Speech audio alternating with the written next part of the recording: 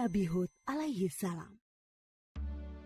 Setelah peristiwa banjir besar berakhir, Nabi Nuh dan pengikutnya memulai kehidupan yang baru dalam keimanan yang tinggi kepada Allah Subhanahu wa Ta'ala tanpa gangguan orang-orang kafir. Keturunan mereka kemudian menyebar ke berbagai wilayah yang luas. Ad adalah keturunan Nabi Nuh dan putranya Sam bin Nuh. Keturunan Ad kemudian dikenal sebagai kaum Ad. Kaum Ad bertumbuh tinggi besar, kuat, dan cerdas. Mereka tinggal di daerah dekat Yaman. Kaum Ad dianugerahi Allah daerah yang subur, sungai-sungai yang mengalir, kebun-kebun yang luas, dan hasil bumi yang melimpah. Kaum Ad pandai dalam tata kota dan pemerintahan. Mereka mahir membuat bangunan-bangunan tinggi, megah, dan indah dari gunung pasir di puncak-puncak bukit. Mereka juga membuat benteng-benteng yang kokoh dan saluran irigasi dan kolam-kolam. Ternak mereka pun berkembang dengan baik. Dengan anugerah Allah yang luas dan kerja keras mereka itu, kaum Ad menjadi makmur dan lebih maju dari kaum lainnya, serta lebih disegani. Hal ini membuat mereka sombong dan bermegah-megahan. Mereka menilai kemuliaan berdasarkan kekayaan dan kekuasaan. Pada mulanya, mereka adalah kaum beriman yang menyembah Allah. Lama-kelamaan, mereka mulai menyembah berhala dan patung-patung dari tokoh-tokoh mereka. Berhala yang mereka agungkan adalah Syamut dan Al-Hatar. Mereka menyerang kaum-kaum yang lain di sekitar mereka. Mereka selalu menang dalam peperangan. Mereka berlaku kejam dan sewenang-wenang terhadap para tawanan. Kehidupan sehari-hari mereka kemudian dipenuhi maksiat, penindasan kepada yang lemah, dan kedurhakaan kepada Allah.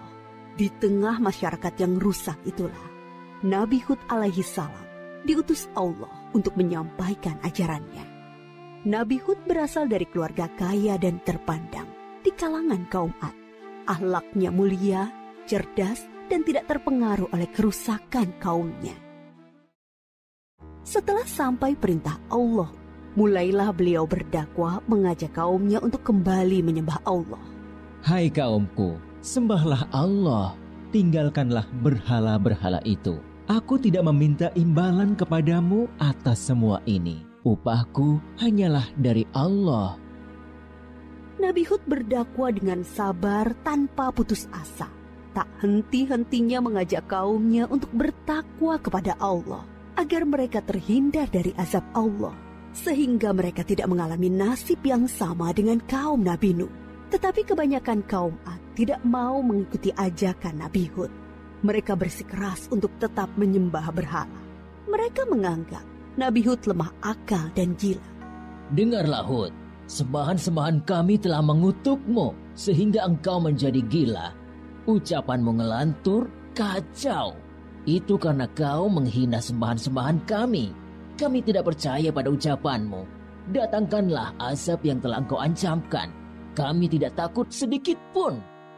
Nabi Hud mengadukan kepada Allah atas perlakuan kaumnya. Beliau menyerahkan kepada Allah urusan pembalasan terhadap para pembangkang itu. Kemudian Allah menurunkan musim yang panjang, yang membuat sungai-sungai dan sumur-sumur menjadi kering. Tanaman dan binatang ternak banyak yang mati. Kaum Ad dilanda kelaparan dan kehausan yang parah. Keadaan ini berlangsung beberapa tahun. Nabi Hud terus mengajak kaumnya untuk kembali menyembah Allah. Wahai kaumku, mohonlah ampun kepada Allah. Niscaya Dia akan menurunkan hujan yang lebat dan menambah kekuatanmu. Tetapi kebanyakan dari kaum Ad itu tetap pada kesesatannya. Mereka memohon-mohon pada berhala itu untuk segera mengakhiri kemarau dan menurunkan hujan. Mereka tetap tidak mau menyembah Allah. Akhirnya tibalah ketetapan Allah, yaitu azab yang diancamkan kepada mereka. Muncul awan hitam membentang di langit. Gumpalan awan hitam itu sangat tebal dan luas. Orang-orang kafir melihat awan hitam itu sangat gembira. Mereka berlarian sorak-sorai menyongsong awan itu. Mereka mengira hujan lebat akan turun sebentar lagi. Sesembahan kita telah mengabulkan doa kita. Hujan akan turun. Kesengsaraan kita akan segera hilang. Ternyata dugaan mereka salah besar. Gumpalan awan itu adalah azab dari Allah untuk orang-orang kafir. Terdengar suara gemuruh yang menakutkan. Bertiup angin yang sangat kencang. Angin itu dingin sekali rasanya. Orang-orang yang semula berkumpul menyambut hujan menjadi panik berhamburan mencari perlindungan. Jerit tangis terdengar di mana-mana. Tolong! Oh, dingin sekali. Ampun!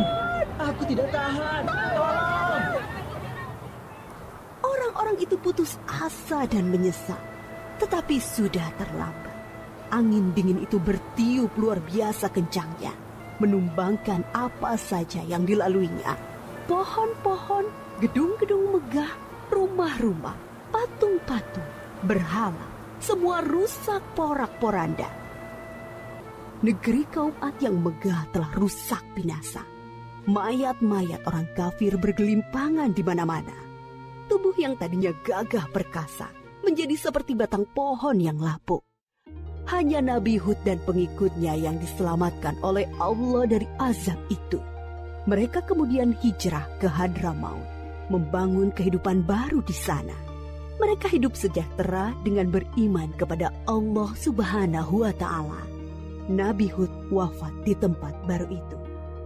Kisah Nabi Hud mengajarkan kepada kita bahwa kekayaan, kepandaian, kekuatan tubuh yang dibangga-banggakan kaum Ad akhirnya musnah. Kesombongan dan kesesatan kaum mereka mengundang amarah Allah. Kita harus menjadi umat yang maju dan kuat, tetapi jangan meninggalkan keimanan dan ketakwaan kepada Allah.